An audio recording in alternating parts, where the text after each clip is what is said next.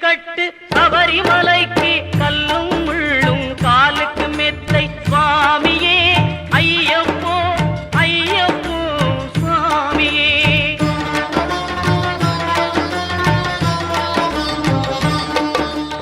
பூதநாத சதானந்தா சர்வபூத தயாபரா ரட்ச ரட்ச மகாபாபு சாஸ்தே திவ்யம் நமோ நமக. சுவாமியே சரணமையப்பா, ஹரிகர சுதனே சரணமையப்பா, அகிலாண்ட கோடி பிரம்மாண்ட நாயகனே சரணமையப்பா. சுவாமி சரணமையப்பா.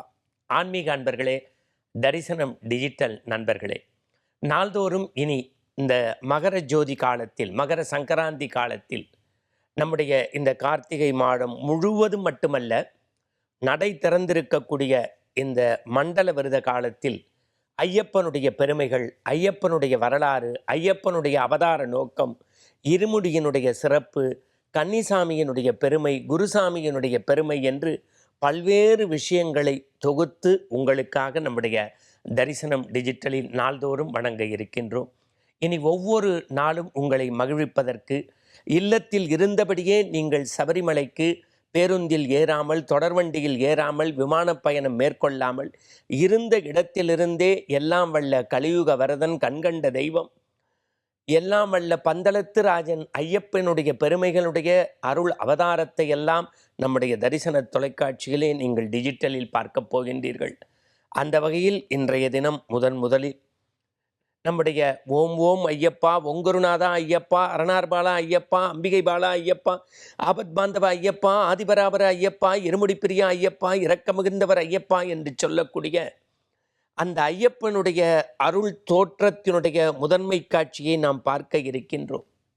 முதலில் உங்களை கேரளாவுக்கு அழைத்துச் செல்கின்றேன்.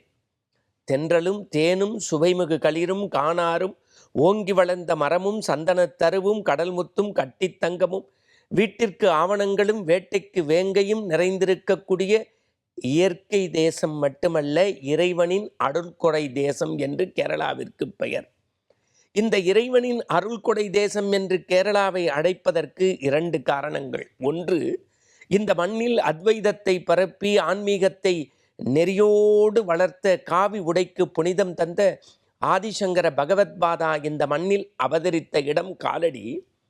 மற்றொன்று, நித்திய பிரம்மச்சாரியாக இருந்து கலியுக வரதனாய், கண்கண்ட தெய்வமாய், வேண்டியவர்களுக்கு வேண்டிய வரங்களை பொண்ணு 18 படிம்பேல் அமர்ந்து கொண்டு நித்திய பிரம்மச்சாரியாய், நெய்யபிஷேக பிரியராய், பாலபிஷேக பிரியராய், பன்னீரபிஷேக பிரியராய் இருக்கக்கூடிய ஐயப்பனுடைய அருள் பார்வை தேசம் முழுக்க பரவி இருக்கக்கூடிய ஒரு திரு தலம் நம்முடைய கேரளா.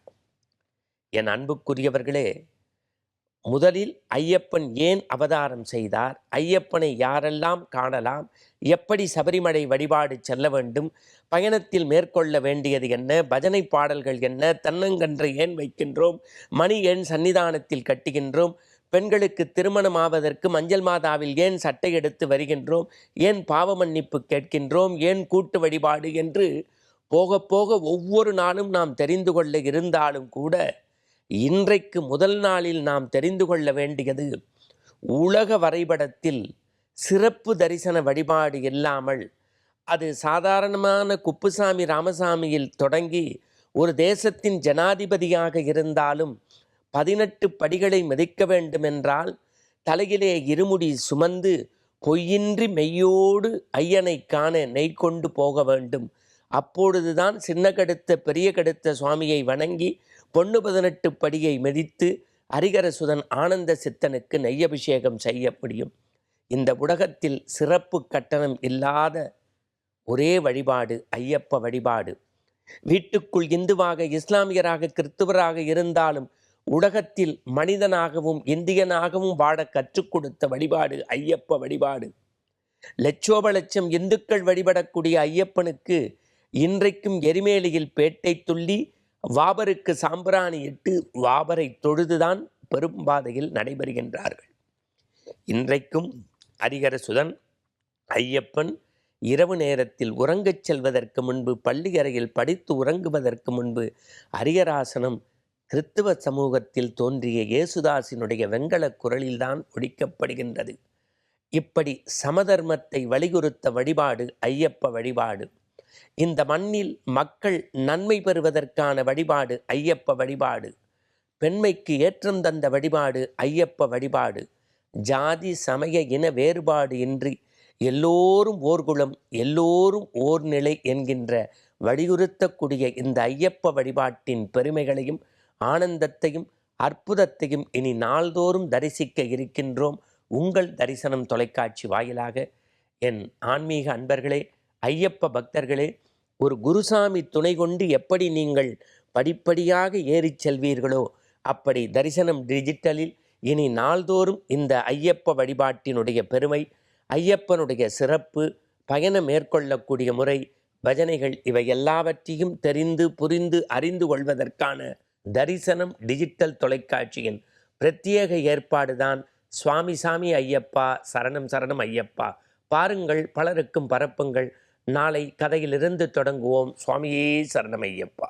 ஐயப்பா சரணம்.